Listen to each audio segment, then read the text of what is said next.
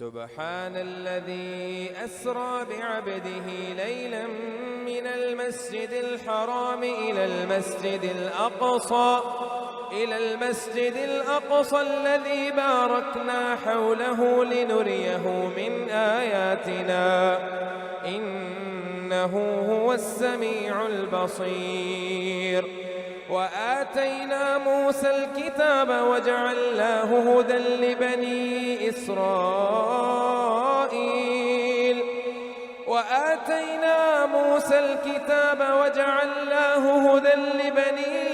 إسرائيل ألا تتخذوا من دوني وكيلا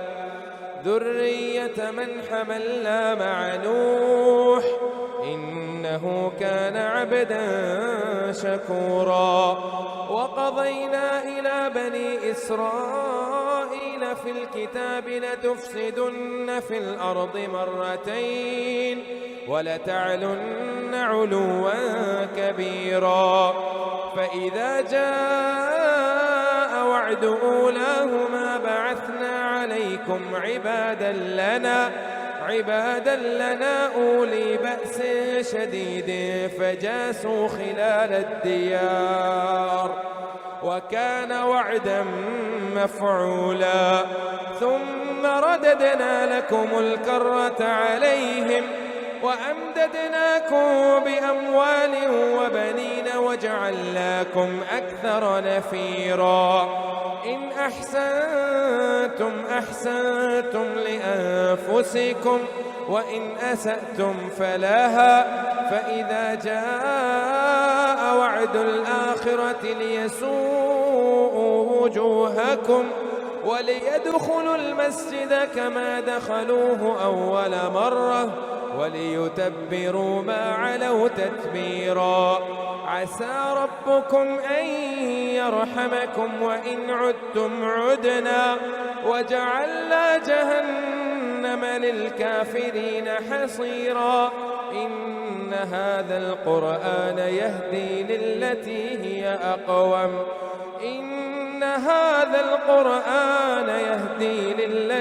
هي أقوم ويبشر المؤمنين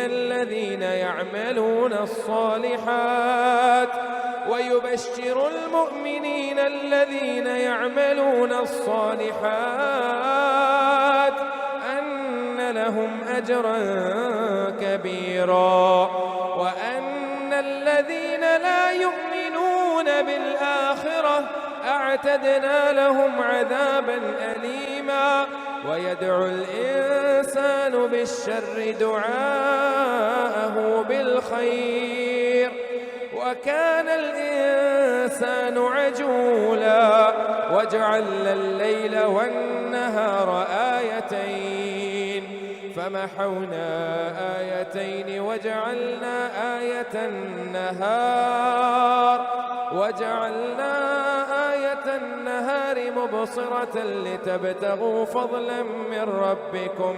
وجعلنا الليل والنهار آيتين فمحونا آية الليل وجعلنا آية النهار مبصرة لتبتغوا فضلا من ربكم ولتعلموا عدد السنين والحساب وكل شيء فصلناه تفصيلا. وكل إنسان ألزمناه طائره في عنقه ونخرج له يوم القيامة كتابا يلقاه منشورا. اقرأ كتابك كفى بنفسك اليوم عليك حسيبا. من اهتدى فإنما يهتدي لنفسه ومن ضل فإنما يضل عليها ولا تزر وازرة وزر أخرى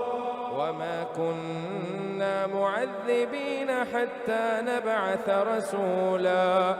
وإذا أردنا أن نهلك قرية أمرنا مترفيها ففسقوا فيها فحق عليها القول فدمرناها تدميرا. وكم أهلكنا من القرون من بعد نوح وكفى بربك بذنوب عباده خبيرا بصيرا. من كان يريد العاجلة عجلنا له فيها ما نشاء لمن نريد ثم جعلنا له جهنم يصلاها مذموما مدحورا. ومن أراد الآخرة وسعى لها سعيها وهو مؤمن فأولئك كان سعيهم مشكورا. كلا نمد هؤلاء وهؤلاء من عطاء ربك وما كان عطاء ربك محظورا. انظر كيف فضلنا بعضهم على بعض وللآخرة أكبر درجات وأكبر تفضيلا. لا تجعل مع الله إلها آخر فتقعد مذموما مخذولا. وقضى ربك ألا تعبدوا إلا إياه وقضى ربك ألا تعبدوا إلا إياه وبالوالدين إحسانا إما يبلغن عندك الكبر أحدهما أو كلاهما فلا تقل لهما أف ولا تنهرهما وقل لهما قولا كريما واخفض لهما جناح الذل من الرحمة وقل رب ارحمهما كما ربياني صغيرا. ربكم أعلم بما في نفوسكم إن تكونوا صالحين فإنه كان للأوابين غفورا. وآت ذا القربى حقه والمسكين وابن السبيل ولا تبذر تبذيرا إن المبذرين كانوا إخوان الشياطين وكان الشيطان لربه كفورا. وإما تعرضن عنهم ابتغاء رحمة من ربك ترجوها فقل لهم قولا ميسورا. ولا تجعل يدك مغلولة إلى عنقك ولا تبسطها كل البسط فتقعد ملوما محسورا. إن ربك يبسط الرزق لمن يشاء ويقدر إنه كان بعباده خبيرا بصيرا. ولا تقتلوا أولادكم خشية إملاق نحن نرزقهم وإياكم إن قتلهم كان خطأ كبيرا. ولا تقربوا الزنا إنه كان فاحشة وساء سبيلا. ولا تقتلوا النفس التي حرم الله إلا بالحق ومن قتل مظلوما فقد جعلنا لوليه سلطانا فلا يسرف في القتل إنه كان منصورا. ولا تقربوا مال اليتيم إلا بالتي هي أحسن حتى يبلغ أشده وأوفوا بالعهد إن العهد كان مسؤولا. وأوفوا الكيل إذا كلتم وزنوا بالقسطاس المستقيم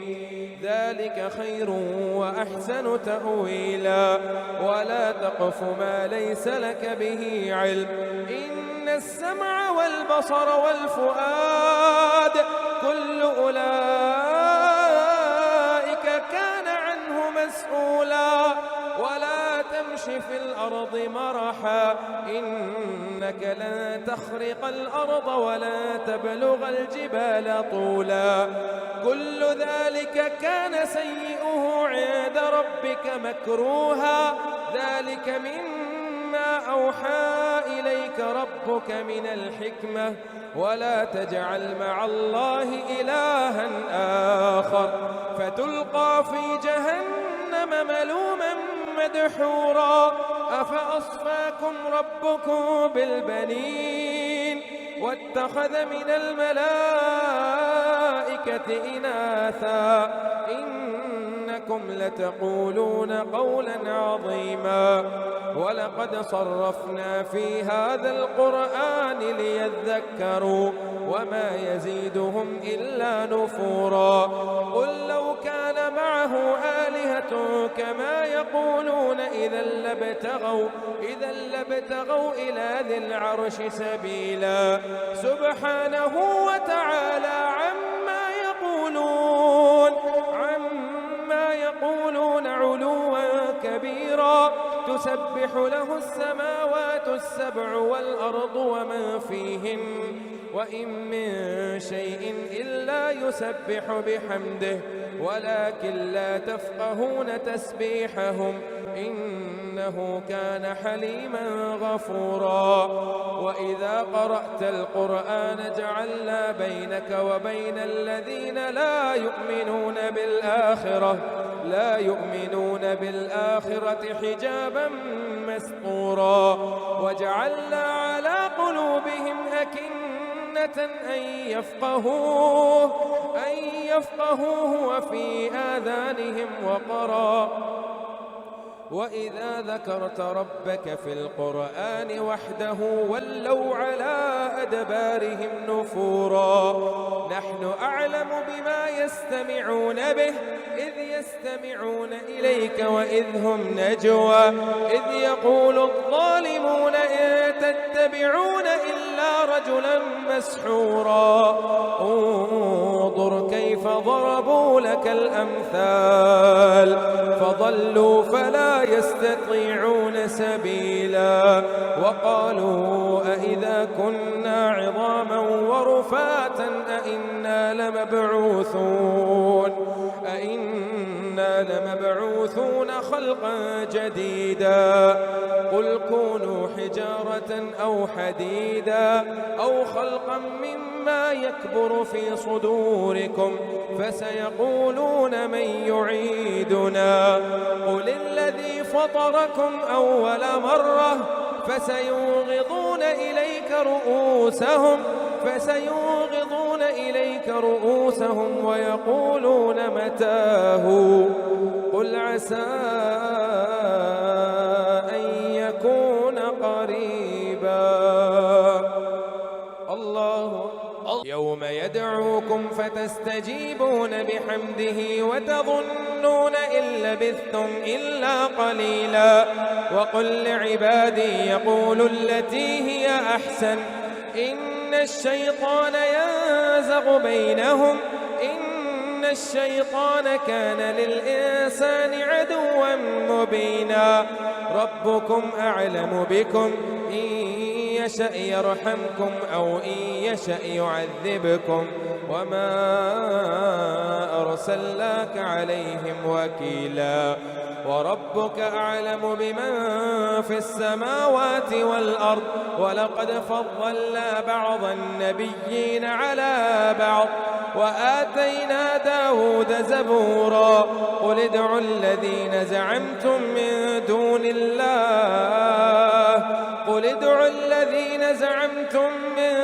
دونه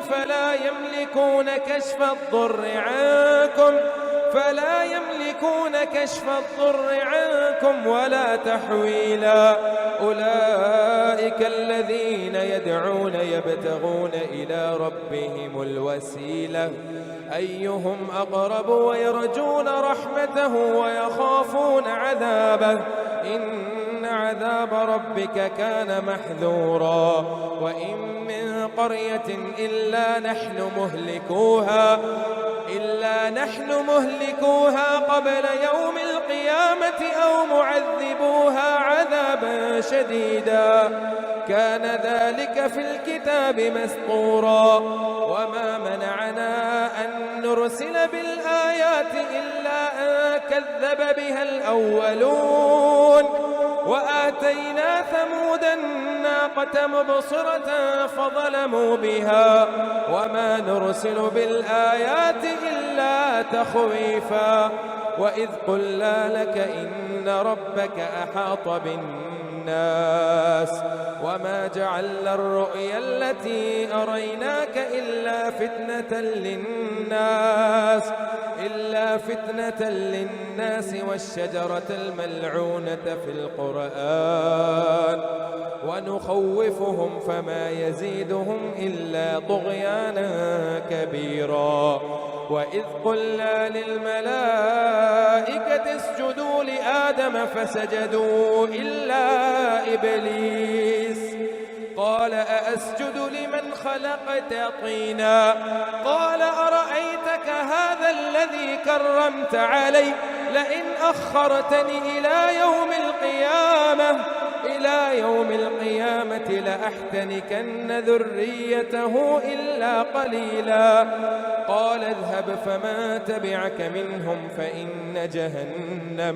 فإن جهنم جزاؤكم جزاء موفورا واستفزز من استطعت منهم بصوتك وأجلب عليهم بخيلك ورجلك وشاركهم في الأموال والأولاد وعدهم وما يعدهم الشيطان إلا غرورا إن عبادي ليس لك عليهم سلطان وكفى بربك وكيلا ربكم الذي يسجي لكم الفلك في البحر لتبتغوا من فضله إنه كان بكم رحيما وإذا مسكم الضر في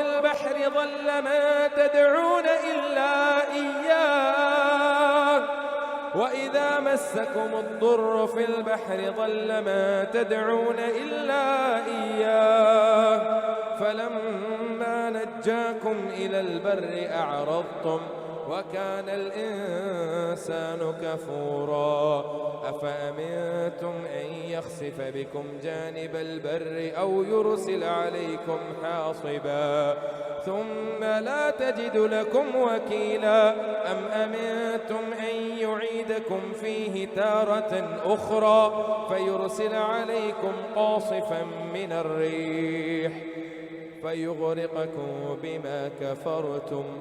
ثم لا تجد لكم علينا به تبيعا ولقد كرمنا بني آدم وحملناهم في البر والبحر ورزقناهم من الطيبات وفضلناهم على كثير ممن خلقنا تفضيلا يوم ندعو كل أناس بإمامهم فمن أوتي كتابه بيمينه فأولئك يقرؤون كتابهم ولا يظلمون فتيلا ومن كان في هذه أعمى فهو في الآخرة أعمى وأضل سبيلا وإن كادوا ليفتنونك عن الذي أوحينا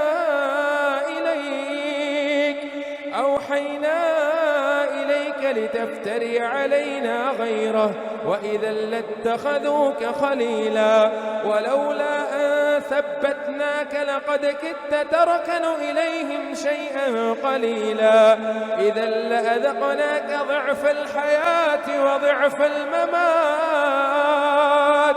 ثم لا تجد لك علينا نصيرا وإن كادوا ليستفزونك من الأرض ليخرجوك منها وإذا لا يلبثون خلافك إلا قليلا سنة من قد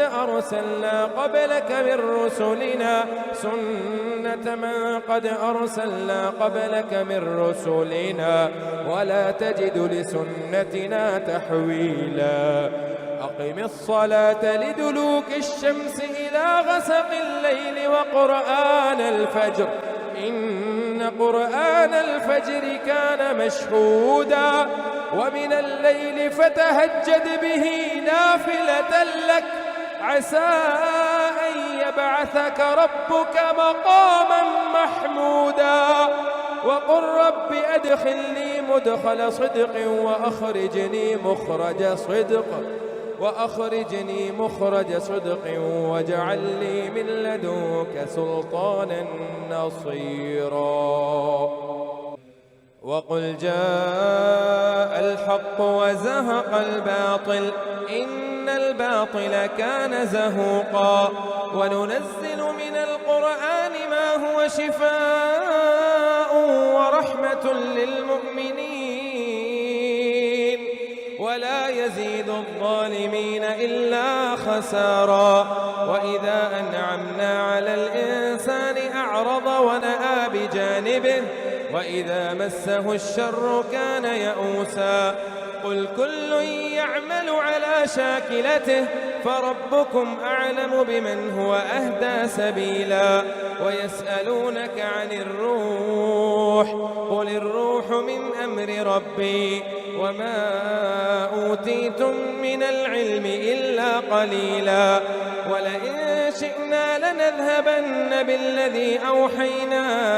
إليك ثم لا تجد لك به علينا وكيلا إلا رحمة من ربك إن فضله كان عليك كبيرا قل لئن اجتمعت الإنس والجن على أن يأتوا بمثل هذا القرآن لا يأتون بمثله ولو كان بعضهم لبعض ظهيرا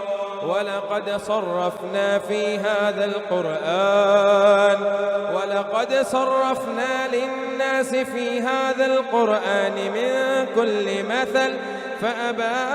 أكثر الناس إلا كفورا وقالوا لن نؤمن لك حتى تفجر لنا من الأرض ينبوعا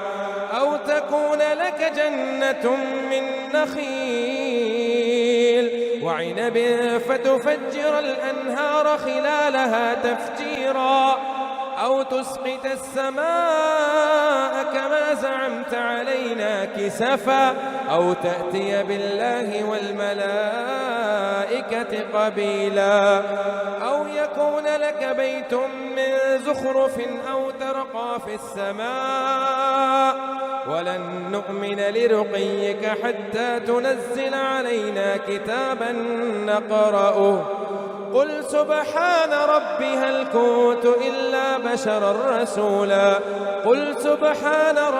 هل كنت إلا بشرا رسولا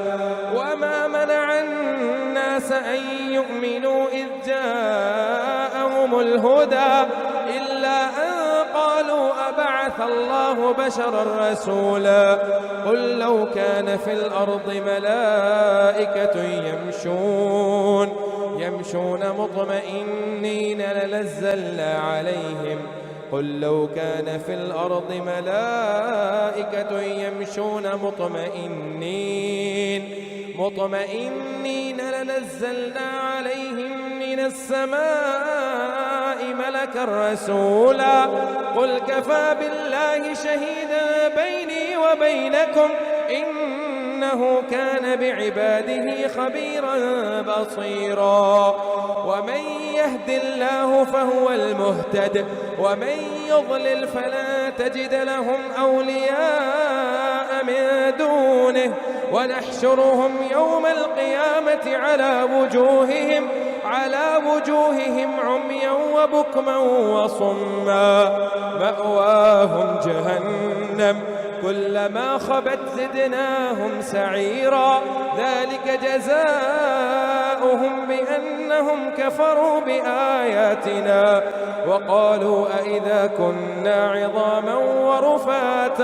ورفاتا أئنا لمبعوثون خلقا جديدا أولم يروا أن الله الذي خلق السماوات والأرض قادر على أن يخلق مثلهم وجعل لهم أجلا لا ريب فيه فأبى الظالمون إلا كفورا قل لو أنتم تملكون خزائن رحمة ربي إذا لأمسكتم خشية الإنفاق وكان الإنسان قتورا ولقد آتينا موسى 9 آيات بينات فاسأل بني إسرائيل إذ جاءهم فقال له فرعون إني لأظنك يا موسى مسحورا قال لقد علمت ما أنزل هؤلاء إلا رب السماوات والأرض بصائر وإني لأظنك يا فرعون مثبورا فأراد أن يستفزهم من الأرض فأغرقناه ومن معه جميعا وقلنا من بعده لبني إسرائيل اسكنوا الأرض فإذا جاء وعد الآخرة جئنا بكم لفيفا وبالحق أنزلناه وبالحق نزل وما أرسلناك إلا مبشرا ونذيرا وقرآنا فرقناه لتقرأه على الناس على مكث ونزلناه تنزيلا قل آمنوا به أو لا تؤمنوا إن الذين أوتوا العلم من قبله إذا يتلى عليهم يخرون للأذقان سجدا ويقولون سبحان ربنا إن كان وعد ربنا لمفعولا ويخرون للأذقان يبكون ويزيدهم خشوعا ويخرون للأذقان يبكون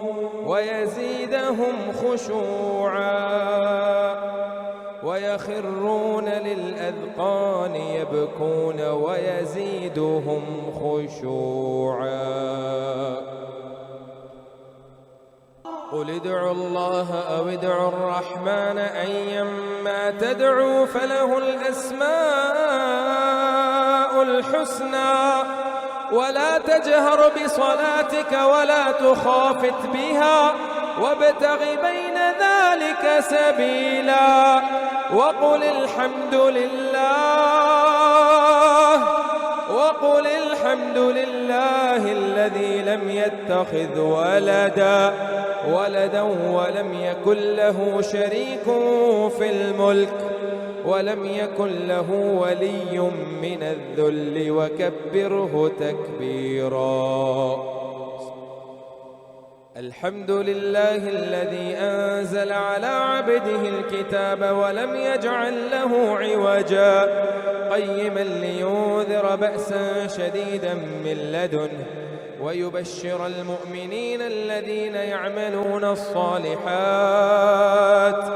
ويبشر المؤمنين الذين يعملون الصالحات أن لهم أجرا حسنا ماكثين فيه أبدا وينذر الذين قالوا اتخذ الله ولدا ما له به من علم ولا لآبائهم كبرت كلمة تخرج من أفواههم إن يقولون إلا كذبا فلعلك باخع نفسك على آثارهم إن لم يؤمنوا بهذا الحديث أسفا إنا جعلنا ما على الأرض زينة لها لنبلوهم أيهم أحسن عملا وإنا لجاعلون ما عليها صعيدا جرزا أم حسبت أن أصحاب الكهف والرقيم كانوا من آياتنا عجبا أم حسبت أن أصحاب الكهف والرقيم كانوا من آياتنا عجبا إذ أوى الفتية إلى الكهف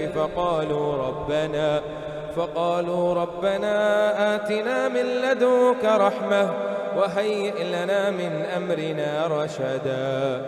فضربنا على آذانهم في الكهف سنين عددا ثم بعثناهم لنعلم أي الحزبين أحصى لما لبثوا أمدا نحن نقص عليك نبأهم بالحق إنهم فتية آمنوا بربهم وزدناهم هدى وربطنا على قلوبهم إذ قاموا فقالوا ربنا رب السماوات والأرض لن ندعو من دونه إلها لقد قلنا إذا شططا هؤلاء قوم اتخذوا من دونه آلهة لولا يأتون عليهم بسلطان بين فمن أظلم ممن افترى على الله كذبا وإذ اعتزلتموهم وما يعبدون إلا الله فأووا إلى الكهف ينشر لكم ربكم من رحمته ويهيئ لكم من أمركم مرفقا وترى الشمس إذا طلعت تزاور عن كهفهم ذات اليمين وإذا غربت تقرضهم ذات الشمال وهم في فجوة منه ذلك من آيات الله من يهد الله فهو المهتد ومن يضلل فلا تجد له وليا مرشدا وتحسبهم أيقاظا وهم رقود ونقلبهم ذات اليمين وذات الشمال وكلبه باسط ذراعيه بالوصيد لو اطلعت عليهم لوليت منهم فرارا ولملئت منهم رعبا وكذلك بعثناهم ليتساءلوا بينهم قال قائل منهم كم لبثتم قالوا لبثنا يوما أو بعض يوم قالوا ربكم أعلم بما لبثتم فابعثوا أحدكم بورقكم هذه إلى المدينة فلينظر أيها أزكى طعاما فليأتكم برزق منه وليتلطف ولا يشعرن بكم أحدا إنهم إن يظهروا عليكم يرجموكم أو يعيدوكم في ملتهم ولن تفلحوا إذن أبدا وكذلك أعثرنا عليهم ليعلموا أن وعد الله حق وأن الساعة لا ريب فيها إذ يتنازعون بينهم أمرهم فقالوا ابنوا عليهم بنيانا ربهم أعلم بهم قال الذين غلبوا على أمرهم لنتخذن عليهم مسجدا سيقولون 3 رابعهم كلبهم ويقولون 5 سادسهم كلبهم رجما بالغيب ويقولون 7 وثامنهم كلبهم قل ربي أعلم بعدتهم ما يعلمهم إلا قليل فلا تمار فيهم إلا مراء ظاهرا ولا تستفت فيهم منهم أحدا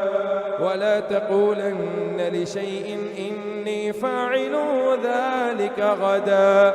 إلا أن يشاء الله واذكر ربك إذا نسيت وقل عسى أن يهديني ربي لأقرب من هذا رشدا ولبثوا في كهفهم 300 سنين وازدادوا 9 قل الله أعلم بما لبثوا له غيب السماوات والأرض أبصر به وأسمع ما لهم من دونه من ولي ولا يشرك في حكمه أحدا واصبر نفسك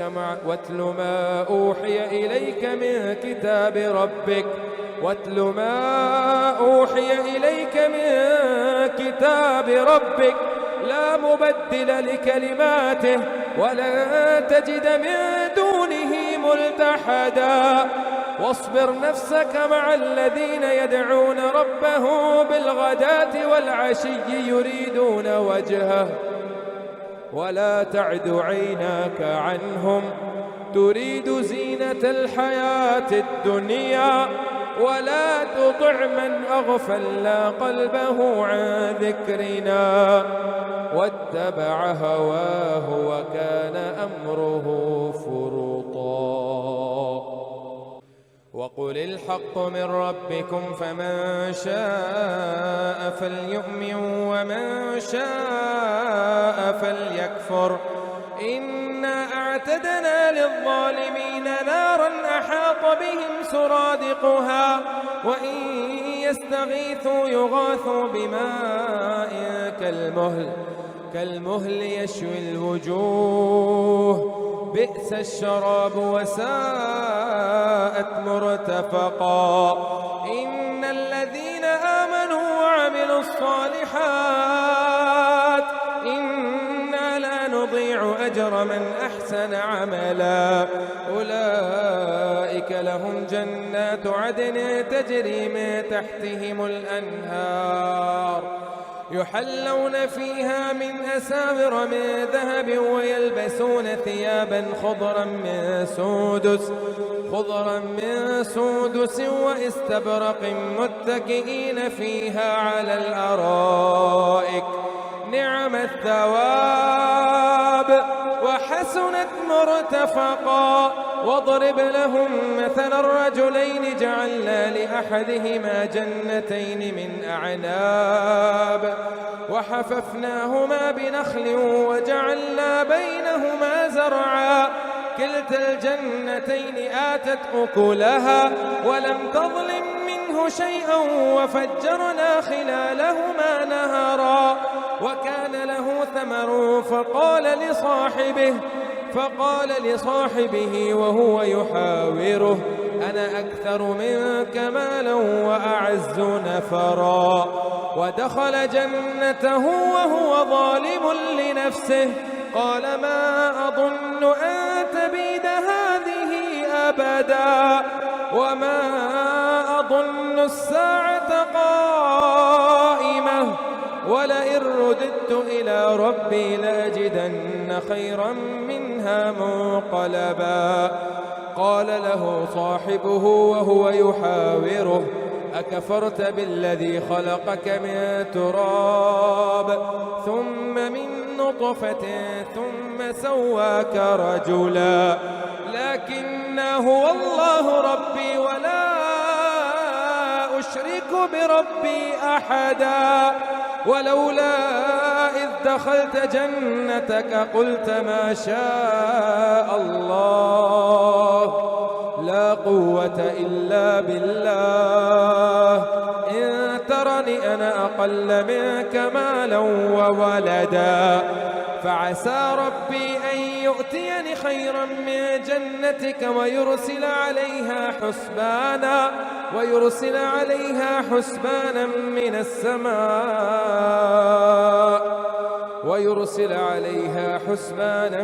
السماء فتصبح صعيدا زلقا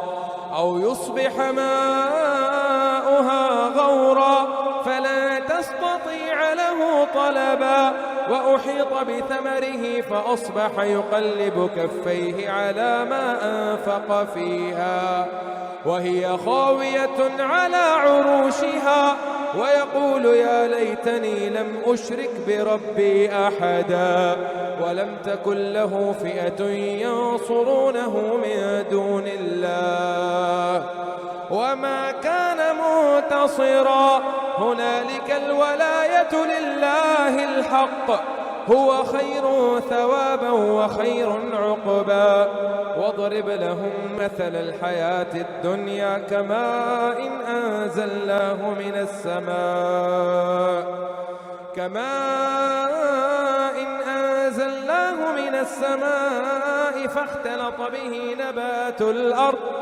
فاختلط به نبات الأرض فأصبح هشيما تذروه الرياح وكان الله على كل شيء مقتدرا المال والبنون زينة الحياة الدنيا والباقيات الصالحات خير عند ربك ثوابا وخير أملا ويوم نسير الجبال وترى الأرض بارزة وحشرناهم فلم نغادر منهم أحدا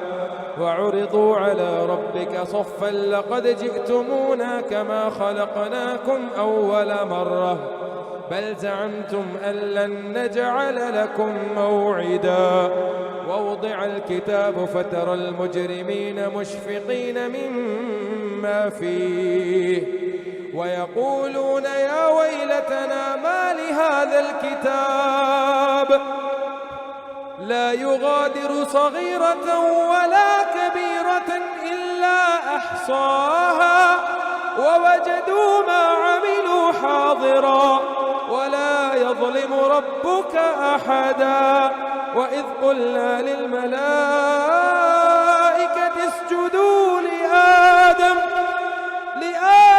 فسجدوا إلا إبليس وإذ قلنا للملائكة اسجدوا لآدم فسجدوا إلا إبليس كان من الجن ففسق عن أمر ربه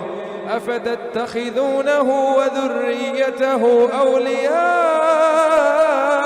من دوني وهم لكم عدو بئس للظالمين بدلا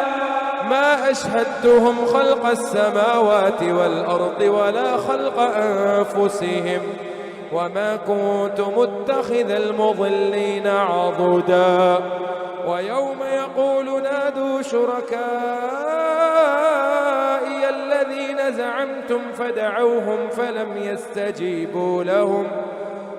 يستجيبوا لهم ورأوا العذاب وجعلنا بينهم موبقا ورأى المجرمون النار فظنوا أنهم مواقعوها ولم يجدوا عنها مصرفا ولقد صرفنا في هذا القرآن للناس من كل مثل وكان الإنسان أكثر شيء جدلا وما منع الناس أن يؤمنوا إذ جاءهم الهدى ويستغفروا ربهم إلا أن تأتيهم سنة الأولين أو يأتيهم العذاب قبلا وما نرسل المرسلين إلا مبشرين ومنذرين ويجادل الذين كفروا بالباطل ليدحضوا به الحق واتخذوا آياتي وما أنذروا هزوا ومن أظلم ممن ذكر ذكر بآيات ربه فأعرض عنها ونسي ما قدمت يداه إنا جعلنا على قلوبهم أكنة أن يفقهوه وفي آذانهم وقرا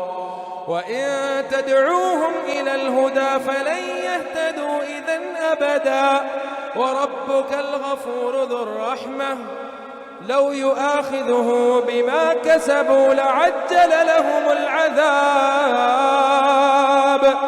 بل لهم موعد لن يجدوا من دونه موئلا وتلك القرى أهلكناهم لما ظلموا وجعلنا لمهلكهم موعدا وإذ قال موسى لفتاه لا أبرح حتى أبلغ مجمع البحرين وإذ قال موسى لفتاه لا أبرح حتى أبلغ مجمع البحرين أو أمضي حقبا فلما بلغا مجمع بينهما نسيا حوتهما فاتخذ سبيله في البحر سربا فلما جاوزا قال لفتاه آتنا غداءنا لقد لقينا من سفرنا هذا نصبا